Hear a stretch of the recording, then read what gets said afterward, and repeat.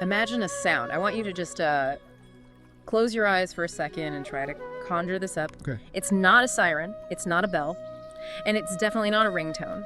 It is a sound that, according to the text we are looking at today, effectively splits the world into two completely different realities the absolute moment it hits the air. It creates a binary experience instantaneously. Exactly.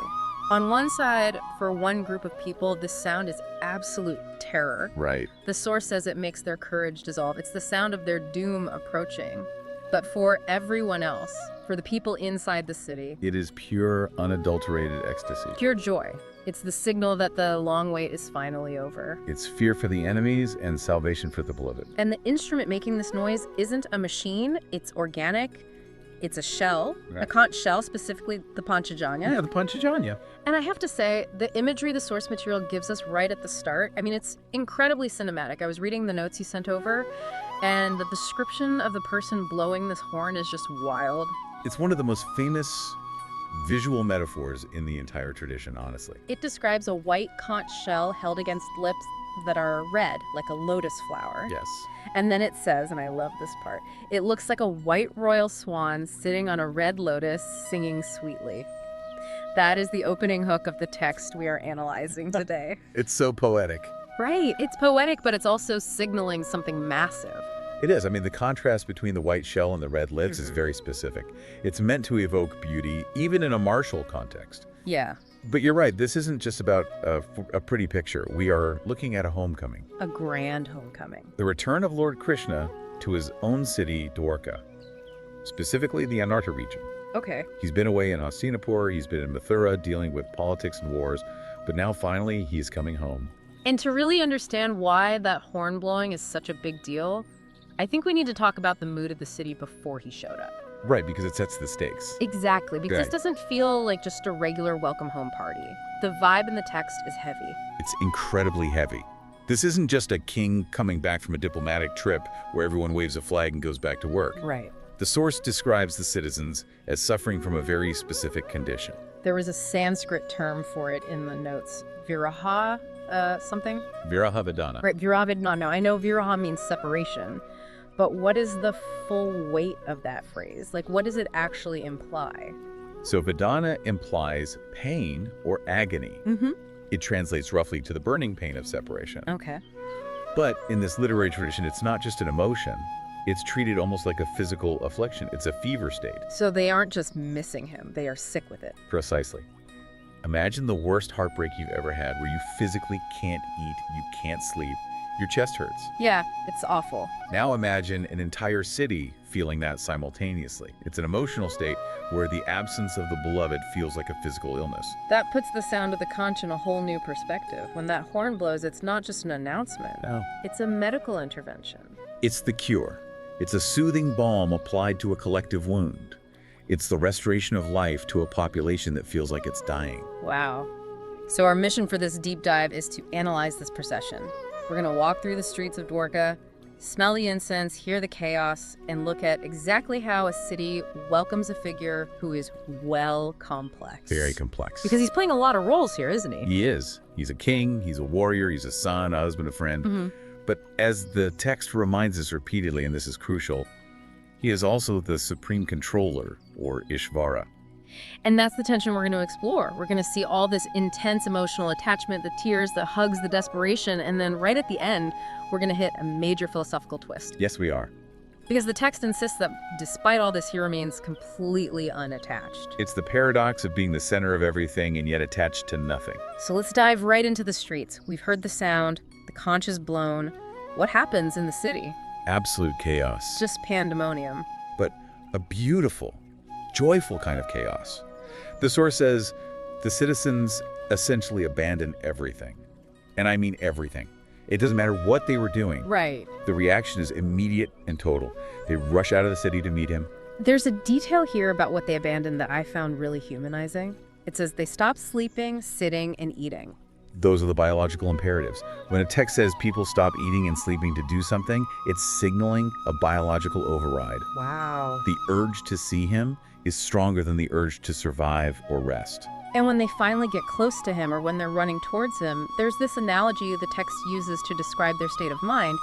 It compares the citizens to children. Yes. Specifically, it says they speak in broken, stuttering words, tottering speech like a child talking to a father. That detail is vital. It strips away the formality.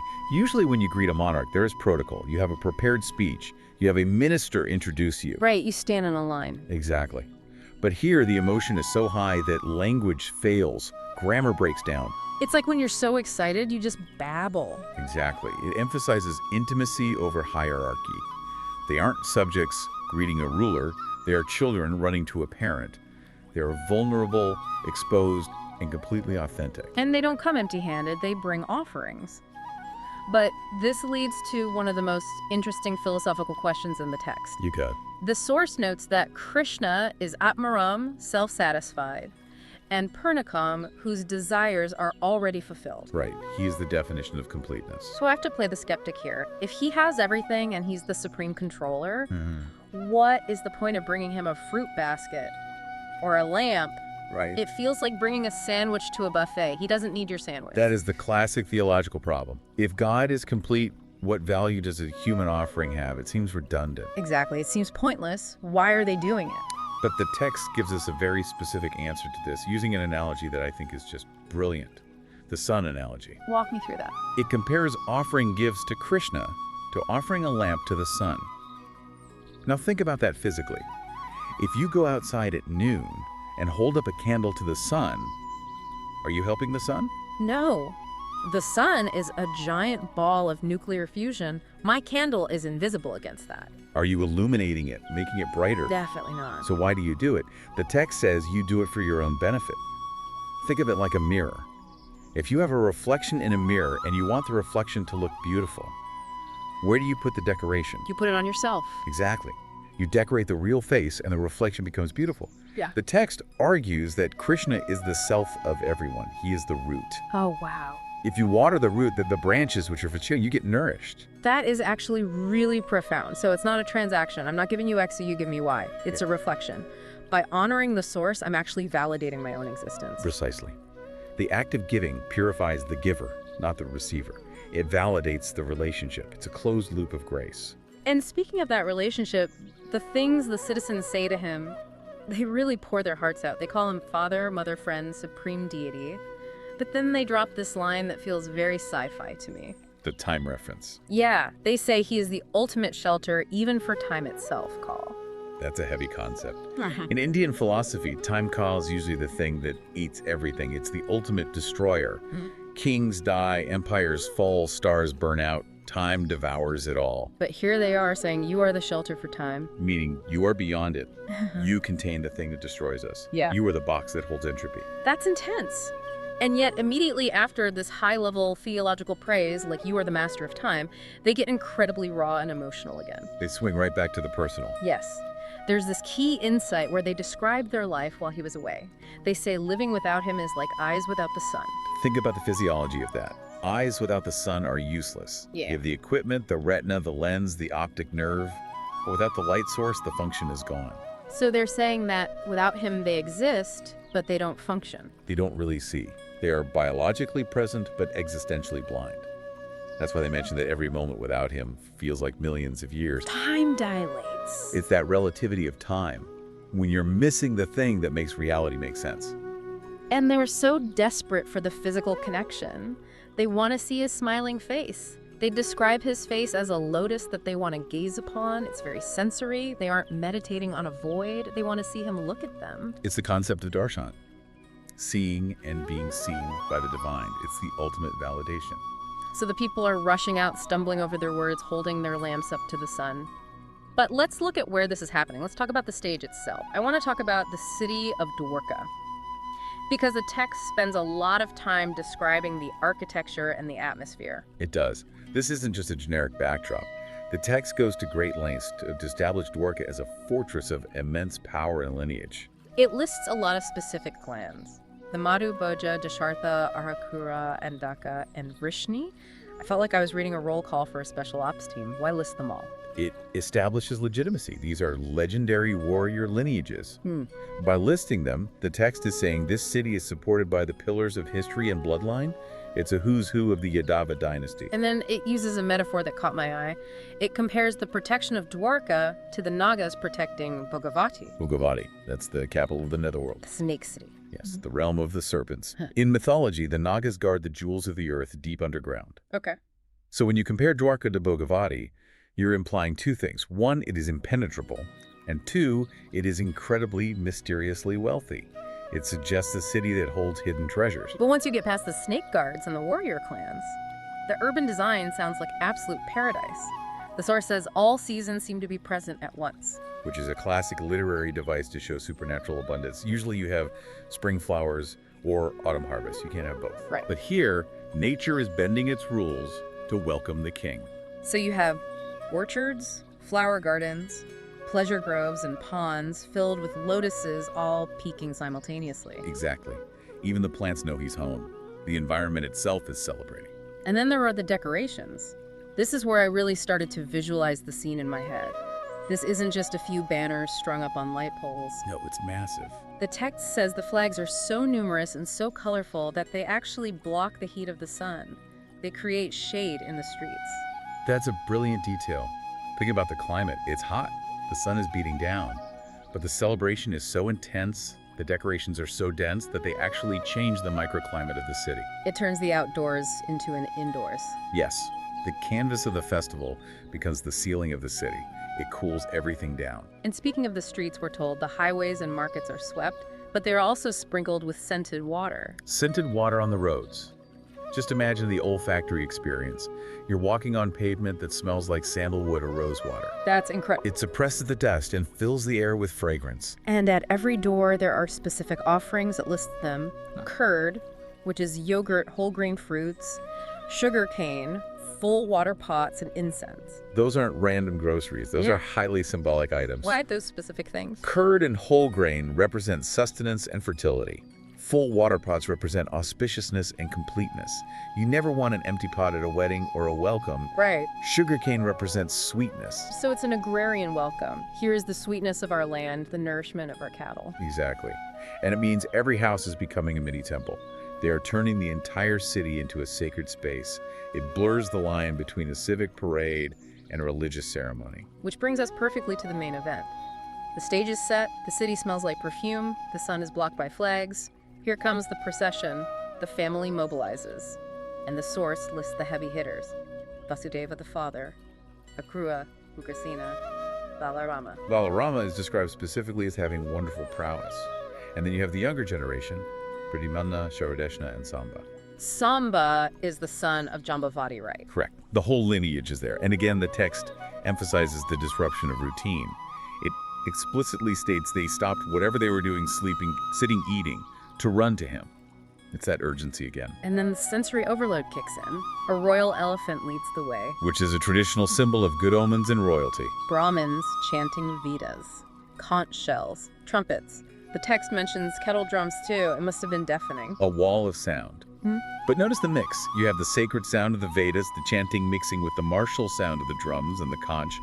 It's dharma and power walking together. But then the text zooms in on a specific group that I found surprising. The courtesans. The Mukhyavara Anganas, the chief courtesans. There are hundreds of them in palanquins. In a lot of religious texts, you'd expect a more puritanical vibe. But here they are, front and center. It reflects the ancient urban culture.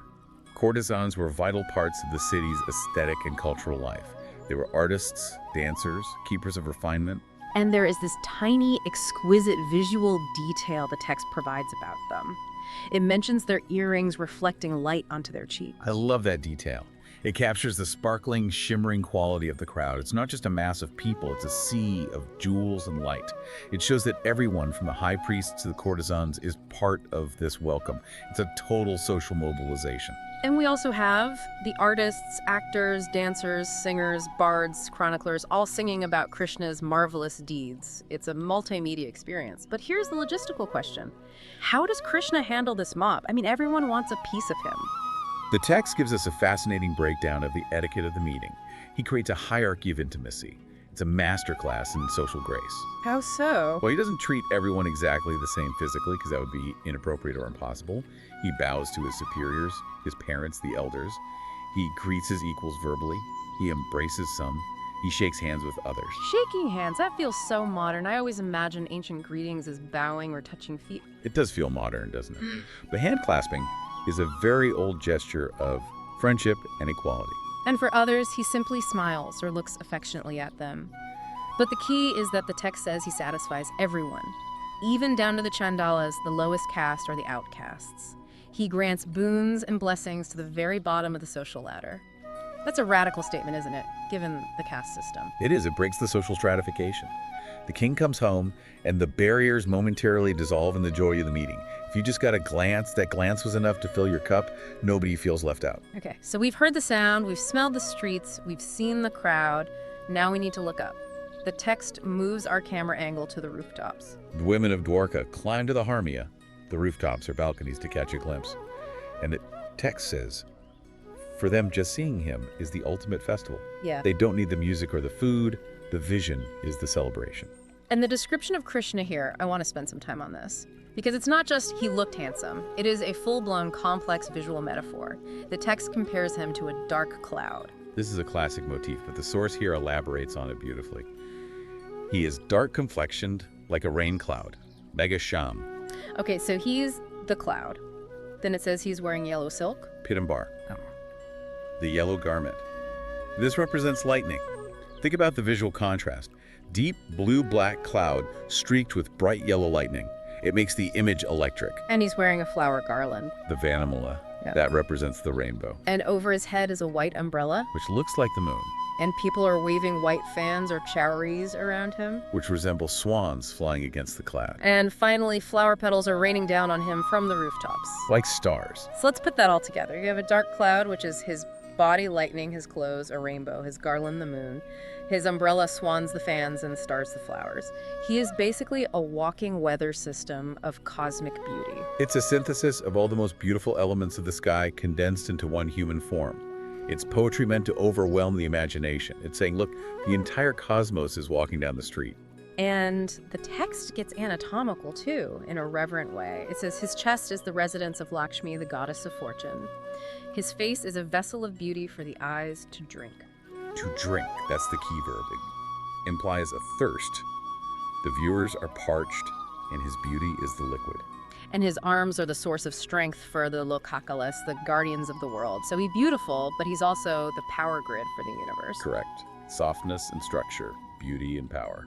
Now the procession reaches its destination. We're moving from the public spectacle to the private quarters. And this is where the emotion shifts from joyful party to something much more intimate. He enters his parents' palace first. Straight protocol. You see the parents first. He bows to the 7 mothers led by Devasi. Wait, 7 mothers? Yes, and in context, the co-wives of Vasudeva are all accorded the status of mother. And here we get a physiological reaction that is just, it's incredibly raw. It is. I was surprised by how biological it got. The text says they embrace him and they are so overwhelmed that milk flows from their breasts. It's a sign of spontaneous, deep maternal love. It signifies that the body is reacting before the mind can even process the reunion. Yeah. It reduces him to an infant. No matter how great a king or god he is to Devaki, he is the baby she nursed. And they bathe him in tears of joy. It's a wet, messy, deeply human reunion. It's visceral. It grounds the divine in the biological reality of family. And then he leaves the parents and enters his personal palace, the home of his 16,000 wives. And this is where the tone shifts from maternal to conjugal, but also spiritual. The text mentions that the wives were observing strict vows or niyamas while he was away. What kind of vows? Ascetic vows. Not dressing up, not laughing, eating simple food. Yeah. Essentially living like nuns or hermits because their husband was away. It shows their dedication. But the moment they see him, the text says they immediately rise, abandoning their meditation and their vows. It's like the dam breaks. But notice the sequence of the reunion. It isn't just a free-for-all. It's very precise. Mm-hmm. The source says first they embrace him in their minds. Okay, that's the mental connection. Then with their eyes. Right. And finally physically, but through their children. Through their children. How does that work? The text says they send their sons forward or hold them up. They use the children as an excuse or a bridge to embrace him. It hints at a certain bashfulness or social decorum. They're overwhelmed, but they're also in a royal court setting. They can't just tackle him in front of the elders. That is such a human detail. Oh, look, hold the baby, but really I just want to be close to you. Exactly. It adds a layer of complexity to the emotion. The text also mentions they struggle to hold back tears. Why hold them back? Because crying is considered inauspicious during a welcome. You don't want to cry at a celebration, it's bad luck. But the source says the tears fall anyway. The love is too intense to follow the rules of superstition. And then comes this paradox. I found this really profound. The text says that even though they live with him constantly, his feet seem new at every moment. The paradox of novelty. It asks, how can one ever be satiated by him whom even Lakshmi never leaves? It's a weird concept though, isn't it? Usually if I see something every day, I get bored of it. Familiarity breeds contempt. But that applies to finite things. If you explore a room, eventually you know every corner. But if the room is infinite, every step is new territory. The text is arguing that because he is infinite, familiarity creates deeper discovery, not boredom. His newness is a testament to his divinity. So we have this picture of ultimate love. The mothers are crying, the wives are gazing, the citizens are cheering. It's the perfect happy ending. It's a Hallmark movie. It is. But then I turned the page to the final section of the source material, and honestly, I felt a little cheated. The philosophical twist. Yeah. After all that emotion, the text basically looks at the camera and says, by the way, none of this affects him at all. It's a bucket of ice water, isn't it? It's jarring. It says he's a Sangha unattached. It compares him to an actor in a play. So was he faking it? Was the hug with his mom a performance? That's the question the text wants you to ask. But faking is the wrong word. You need to look at the bamboo forest analogy the text provides. It explains how he operates. The forest fire thing, I didn't totally get that part. It says he's like the wind. Think about a dense bamboo forest. The stalks are packed tight. When the wind blows, what happens? They rub together. Friction.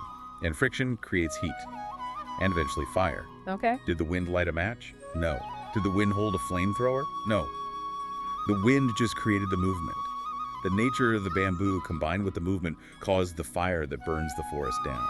And that's a metaphor for how he rules. It's a metaphor for how he handles the burdens of the world, specifically the evil kings and armies. He doesn't need to pick up a weapon and murder them himself. He creates the circumstances, the wind, where their own egos and ambitions rub against each other until they destroy themselves, like the Kurukshetra war. So he allows them to consume each other. That paints him as a very neutral, almost detached force of nature. Which leads to the actor concept, Nagda. When an actor cries on stage, is he really sad? In the moment, maybe, but he knows it's a script. Exactly. The tears are real for the character, and the love is real for the relationship. But the suffering of attachment, the existential fear of loss, is not there for the Ishvara. He knows the script. He knows how the play ends. So the text actually calls people foolish if they don't get this right. Yes, a Buddha, ignorant. It says ignorant people think of him as an ordinary human who works, struggles, and loves in a dependent way. They fail to see his true nature as the controller. They confuse the actor with the character. And the final image the source gives us to prove this point involves Cupid. Kamadeva, the god of desire. It says Cupid, who conquers the whole world, essentially gave up his bow in front of Krishna's wives. Meaning these women were so beautiful and charming that they were the ultimate weapons of desire. They could bring any man to his knees. And yet the text says with all their beauty and charm, they could not agitate Krishna's mind. He enjoyed their company, he loved them, but he was never conquered by the desire. So despite the tears that embraces the intimacy we just described, he remained steady. He reciprocated the love, but he was never controlled by it. That's the definition of yoga in this text. Engagement without entanglement. Engagement without entanglement. That's a powerful phrase. It's the model of the perfect life, really.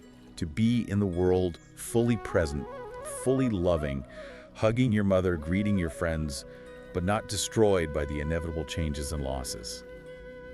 To be the sun, not the lamp. That is a lot to process. We went from a party to a philosophy lecture very quickly. That's the beauty of this text. It lures you in with the emotion and the pageantry, the conch shells and the flowers, and then hits you with the metaphysics. So let's wrap this up. We've journeyed from the terrifying and joyful sound of the Kant through the festively decorated streets of Dwarka. We've seen the flags blocking the sun, the elephants, the courtesans. We've gone to the private chambers and seen the tears of the mothers and the shy glances of the wives. It's a grand homecoming that serves as a canvas. It displays the dual nature of the subject perfectly. He is perfectly human in emotion, or appears to be, and yet perfectly divine in his detachment. And here is the final provocative thought I want to leave you with, listeners. Based on this text, if even the most intimate physical connections describe the embraces the tears, the daily life are actually a form of divine play or lila, and the central figure remains untouched by it all. What does that say about the nature of the reality the citizens are experiencing? Is their joy real? Yeah. Or is it part of the illusion? The text seems to suggest the love is real, but the human limitations we project onto the divine, that the idea that he needs this love or is defined by it, that is the illusion. He is the sun. The lamp we offer is for us, not for him. Exactly. Something to mull over next time you're stuck in a crowd or waiting for a reunion. That's it for this deep dive. Thanks for listening. Thanks for having me. Stay curious.